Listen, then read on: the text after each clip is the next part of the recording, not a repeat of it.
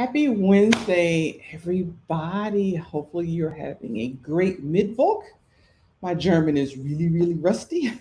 I actually grew up a number of years in Germany. My dad was in the military, and I actually took German 2 years at Ergita. I think he finally made doctor after I left at some point at Alabama A&M, but I don't find many people to speak German, so it's a little bit rusty, right? All that to say, thank you for joining me. I am Dr. Tawana Carter, and I am a career transition coach, and I help high achieving professional women overcome that anxiety and doubt that can come along with shifting into a new career.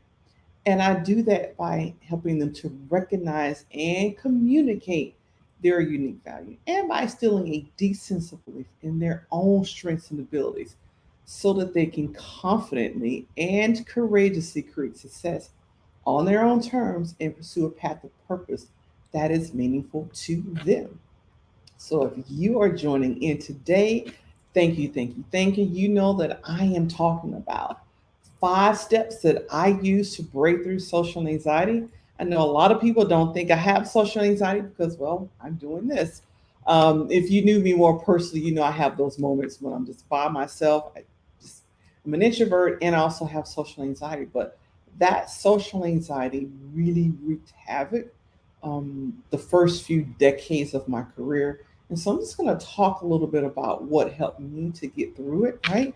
And so, those of you who are on, if you could go ahead and just drop a number one in the comments, lets me know you can hear me, right? Those of you who are seeing this on LinkedIn, welcome, welcome, welcome. Those of you who are viewing this on YouTube, you too are welcome. Thank you. And for those of you who are viewing this in my free um, Courage to Transition Your Career Facebook group, you are definitely welcome. Lots of phenomenal women in that group, lots of great things happening, and you are always welcome to join. It is a free group, and I am just going to peep around here. I got several browsers open. All right, so there we are. We are actually live there, and there it is on YouTube. So I think we are all set to go. So if you have questions and comments today, do be sure to drop them in the comments. I've got the comments out there, right? And so, for those of you, if you have social anxiety, you understand exactly when I say those words, you know exactly what it is, right? But for those of you who don't have social anxiety, because there's so many different types of anxiety, right? But for those of us with social anxiety, it is a constant, it's a fear. You have this constant fear of being judged. Like when I would walk down the streets, it seemed like there were eyes that were judging me, looking at my hair, the way I walked, the clothes that I had on. I always felt there was someone watching me and they were judging me. And for me, that also showed up in that, when I walked into a room or a group of people that I didn't know, and sometimes actually when I knew them, um, it became very difficult to speak. It is as if my throat would kind of freeze up and I couldn't get the words out. And you can imagine, this like was really embarrassing, just like really embarrassing. But there had been this cute guy, and he would sit down next to me. I walk over and say hi. I couldn't do anything but stare because I became embarrassed. I couldn't talk, couldn't make eye contact, right? And now we know that eye contact is really important, especially like you're interviewing, you're supposed to be making eye contact with those interviewers. That was something I really had problems with. And then on the job, for many of us with social anxiety, for me, I feared authority. If someone was in a higher position than I was, I just felt way less than. And so it made me very self conscious. Again, I had a lot of problems talking up. And as a child, I actually stuttered. And when social anxiety would hit, I would stutter. Tell people it just sounded like I was an idiot. I would talk, but it would be like babbling. The verbs and the subjects didn't meet up, and I just and my tone would just be tight, and I would sound like I was a blathering idiot. And so when you feel that way, when people came around, like superiors, you're supposed to be talking up. Here's my project. Here's what I'm doing. Yes, look at this. I did that. We're doing this. And I would just be scared to death I was going to be asked a question and sound like just complete blathering idiot because I couldn't form my words. It was like craziness, right? And I've done a lot of research on this because I was actually almost 40 before I found out I had this thing called social anxiety. Before that, I just thought I was crazy, right? I mean, I got along great with children. Anybody that was younger than me, children, wonderful. I used to pick up babies and hold them, but just really great with children. But people my own age and because I felt less than, people older than me, again, I felt I was inferior to them. And people in positions of authority, I felt I was inferior to, and I found it very difficult to speak up. And so you can imagine what that was like with me being on active duty army.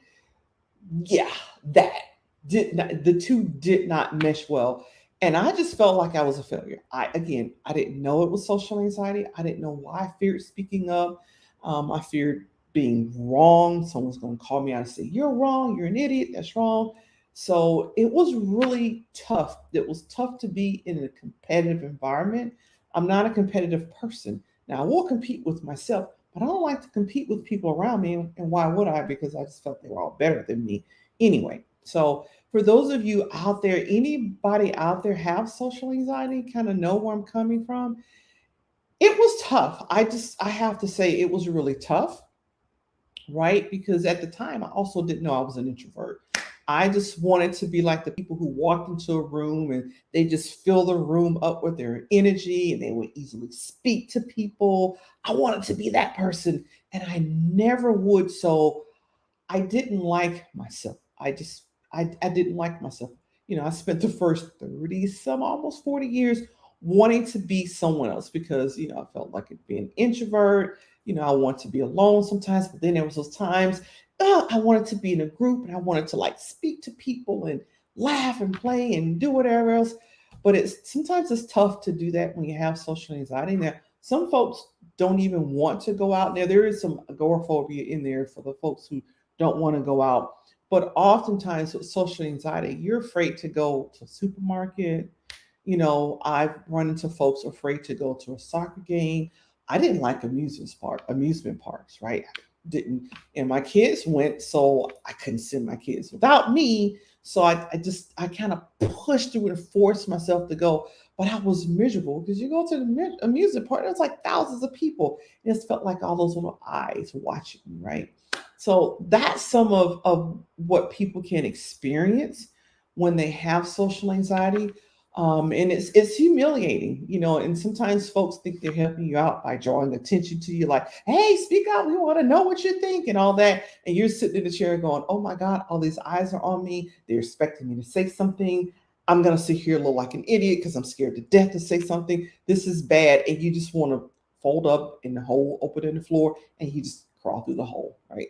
Many, many moments like that, right? So that's a little bit of what social anxiety was like for me, right? And so I just want to tell you how I got to the point where I broke through and I could start to part ways with all that, right? And like I said, I didn't know I had social anxiety until my master's course. I am also a licensed therapist, and I was going through the DSM, it's the Diagnostic and Statistical Manual, and looking up this thing called social anxiety. When I started reading it, it was like they wrote it for my life. Like every word on the page was me. And I stopped and I was stunned. And I started reading it and then I started researching all these things and they were saying about the same thing. And I was like, but this is me. This is me. I was so excited I wasn't crazy. I kid you not, I was so excited to find out I had it because now I knew what it was, right? And I don't like to say what was wrong with me because that denotes a wrong and a right. But I finally had a target. I had something I can point to and say, this is what I have. And as soon as I found out, then I started like doing research. What can I do to get rid of this? Because this is awful, right? And so here are the 5 things that really helps me break through social anxiety. And so the first thing was I started to visualize. That's step one. I started visualizing myself being the successful person I wanted to be, right? And so you have to understand, not only just the person I wanted to be, but visualizing myself being successful, visualizing myself accomplishing goals, right? Visualizing myself, I'm going to finish this degree, I'm going to get a job, I'm going to be able to take care of my kids, I'm going to have enough money to take care of my kids and send them on school trips and do things for them and take them on vacations and take them on trips. I literally had to sit and visualize it, right? Visualization is such a wonderful tool. It's a powerful way to get you out of your comfort zone to try new things, because when you're visualizing, you're actually building these neural pathways. And so when you make those tiny steps, those small steps to actually act upon your visualization, you've already got some neural pathways established. It's a great way to, again, move out of your comfort zone and to try new things, right? And again, it may seem crazy, but I kid you not, everybody saw Michael Phelps, him going through his face, and he was going through a visualization image. It's putting that image in your mind of, you being confident, you accomplishing your goals, right? And remember that your subconscious really doesn't operate on logic, it operates on images. So when you're visualizing these things, visualize a process. And I will have to visualize like over and over and over, because again, for me, going out and putting myself in front of people was nerve wracking. It just made me scared to death. So I had to really do a lot of positive energy to get past that, right? And so for instance, if for instance, like you wanted to be like me, I now run two successful businesses, but it's sitting and visualizing that. And one great tool that really helps for me is to do a vision board, right? It's visual, and my vision boards are all pictures. I don't even have words on it. It's, well, there's might be, I think, financial freedom might be the only word or something on there. Very few words, but it's all about the pictures and what they represent, right? And that's what's so important. Okay, so that's number one, is you have learn to visualize yourself being successful, visualize yourself speaking up to people, visualize yourself, because like I said, some folks don't like to go to the grocery store or go to their kids' soccer game. Visualize yourself doing those things. Visualize yourself taking a course. Visualize yourself passing that course and passing the exams. You can do visualization with so many things, right? And then number two, which was really helpful for me, is I had to learn to laugh at myself, right? I was always scared to death, number one, that someone would find out that I was so afraid all the time of speaking up to people, of making a fool of myself, that I was kind of closed, very emotionless, because I was trying to hide this thing that I had inside. And one of the things that I found was helpful is learning to laugh at myself. It just kind of made me more human, because sometimes when you have anxiety, you become a perfectionist. You want to do everything by the book, everything perfectly. And it sometimes it just makes people uncomfortable.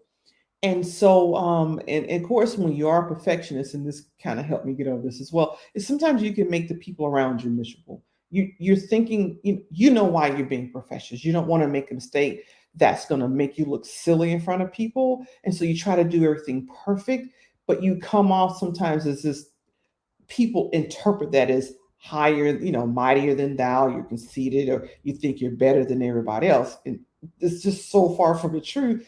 You're just trying to keep from making a fool of yourself. That's all. But I learned to laugh at myself. Now, I don't tell jokes. I tell people I don't do jokes very well, but I can tell funny stories. And sometimes those funny stories are about me. Sometimes they're funny stories about other people.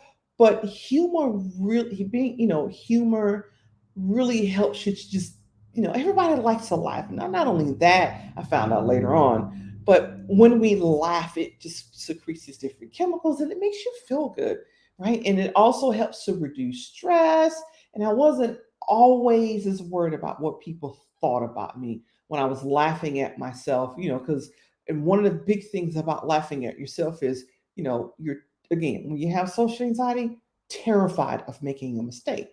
But if you make a mistake and you laugh at yourself, everybody else laughs along with you. It doesn't make it seem as bad. And this one really, really helped me to connect with people that I was supervising and connect with people in the office. Because otherwise, I was just like dress right, dress straight, straight, straight. Got to do every single thing perfect, and like really, neurotic about everything having to be perfect, and I can't make a mistake. And that just kind of turns people off because they perceive you as something that you're not really. So that's point number two. Is first step is learn to laugh at yourself. Now, if you find it difficult to laugh at yourself, or like me, you can't tell a joke. I'm laughing too hard at the joke. Nobody gets the point. Tell funny stories. In my students, I used to teach, and they would always say, "Miss Carter told this funny story." That was my way of basically humanizing myself, reducing stress, and reducing my need to have to be perfect at everything I did. Okay. Anybody out there? This ring a bell for you? Anybody out there? Because I want to be sure I'm really helping people out with this. This is what worked for me, right? Number three was another biggie. Another very big one is I started taking small risks. Again, when you have anxiety, you're so afraid of making a mistake, and people in the room or a group point out says, "Oh, she's ignorant. Look what she did."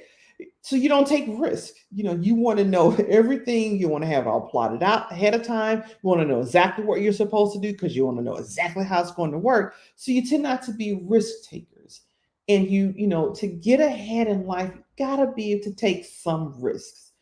Going out for a job interview is a small risk. Filling out that resume and sending it in is a small risk. So you have to take those small risks, small ones, one step at a time. The more steps that you take, the more risks that you can take, and the more risks that you can take, the bigger the rewards, right?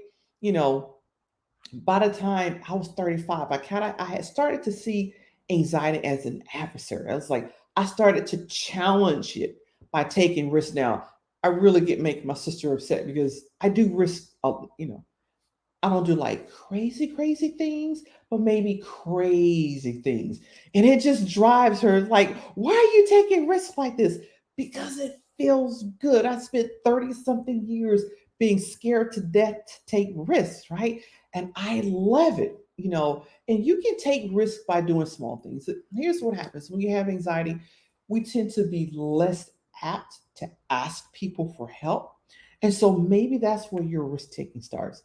I remember being in school. If I did not understand something, I wasn't asking the teacher. I wasn't asking anybody.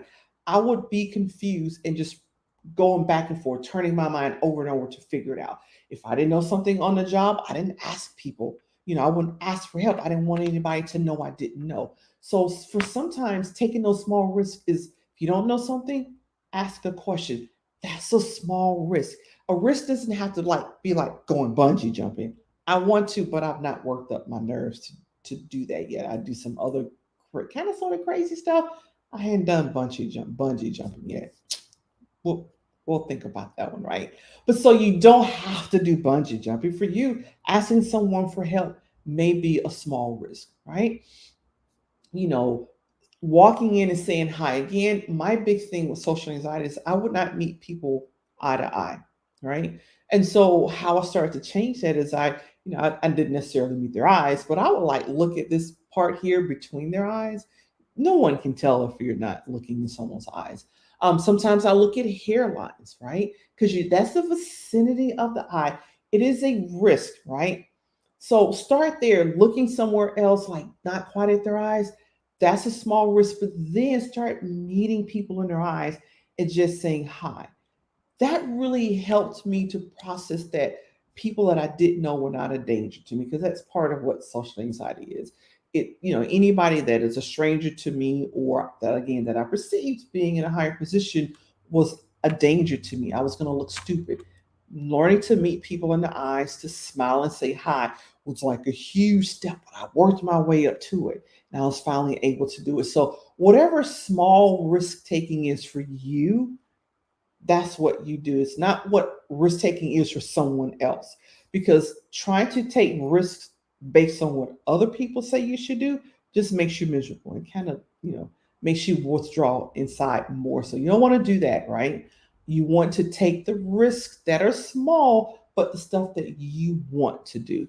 And slowly but surely, these experiences helped me to become more confident because I was taking these risks. I became more confident in myself, right? And then also became less dependent upon other people's approval because that's one of the things, the side effects of having social anxiety.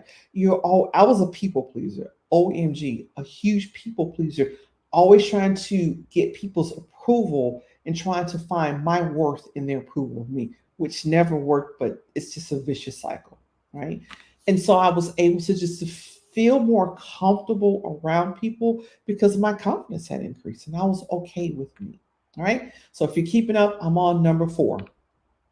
Number four is a biggie too.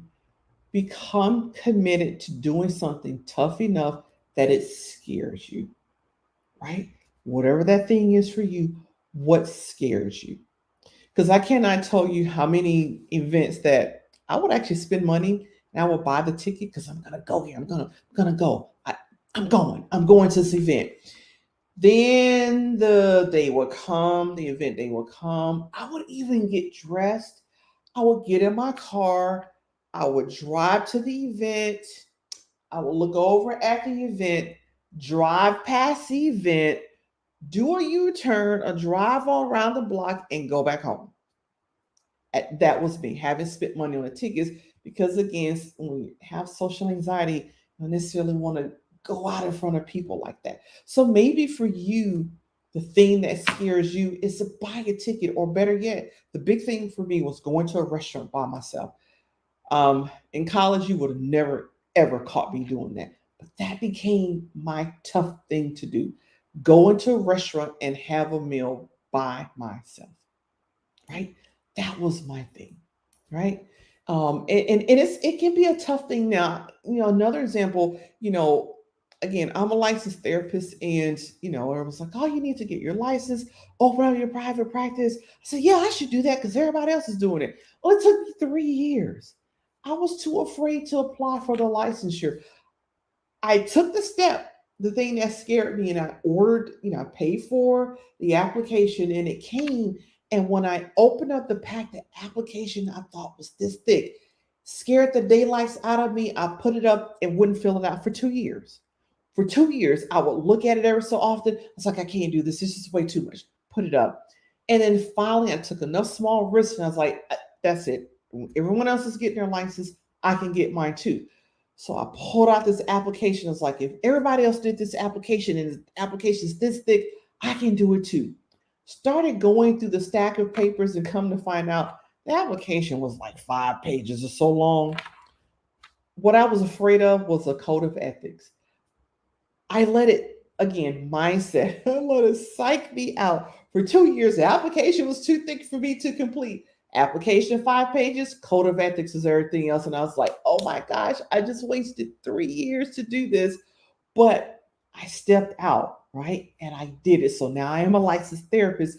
Took me 3 years to do that, right? 2 years to make the decision, like, yes, I will. And then the other three to fill out the application. But do things that scare you, right? Again, maybe bungee jumping scares you, but you don't have to go do bungee jumping. Maybe just going to the fair by yourself first, right? That works. Okay. And so again, that was, do something that scares you. And you don't have to do it alone. You heard me talk about things that I did by myself. You don't have to do it alone. But I did. I actually got the license and I started my business. I was like, that's it, starting a business. Didn't have a clue, just started it. Again, do the things that scare you, right? Little things that scare you, because then they build your confidence and they get bigger and they get bigger, right? And then another thing that I did that was really helpful to me, as I start reading other people's stories on confidence, on failing and succeeding, reading autobiographies of successful people. You've heard the term that, people say you are what you eat. In a similar way, you are whom you read. So when you read about the struggles and success of other people, it can really have a profound effect on you. I'm a voracious reader anyway, so I started reading and I would just feel empowered, right? Reading other people's, reading about other people's struggles and their successes can really be helpful for many reasons, to include you learn from their mistakes. I love vicarious learning. Now you got to go out and do some of your own learning too. But vicarious learning is a wonderful thing, right? If someone else has succeeded despite making the same mistakes you did, then you can too, and you can learn from that. You get inspired. Like I said, just get inspired by their stories. Reading other people's stories is really motivating in and of itself, and it makes you feel that anything is possible. I kid you not. This works, and I still every so often I go in and I read other people's stories about them succeeding, because if they can do it, I can too. It also gives you hope. Again, seeing others who've overcome the same obstacles that you have really gives you hope that you can do it too, right? So success is really possible, and you can overcome even the hardest of obstacles, like having social anxiety, like being an introvert and having social anxiety, because that introvert throws a little bit of a spin on it, right? Because you have your moments you don't want to be around anybody anyway. I mean, I just want to be in my room, reading a book, sitting staring out the window, just being alone.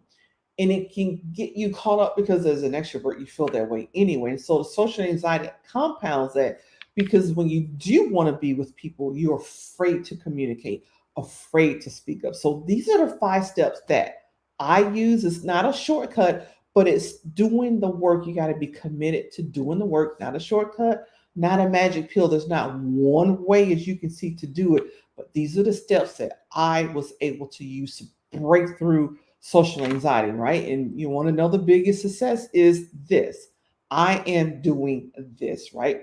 The first Facebook Live that I tried to do, it took me 6 takes because my internet wasn't working right. I was trying to sit on the back porch, and I was already nervous about it. And then after the first 3 takes, it's like I'm committed. I'm gonna do this until I get this to work and I do this live. Took me 6 tries, but I did it. So I'm proud to say that with this live tonight, this makes I think 6 months or 7 months that I've been doing every Wednesday night, coming on live, except for one because I thought I had a dental appointment that day and I didn't schedule one. But this is a huge step for me as someone who's an introvert and that has social anxiety too, because my energy shifts. Now, I do listen to my energy, but I'm committed to doing this because I want other people to be helped as well.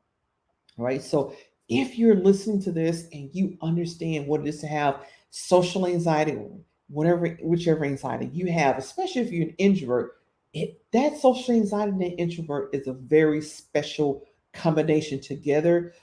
You can be as successful as you want to be. If that is you, reach out to me, DM me, right?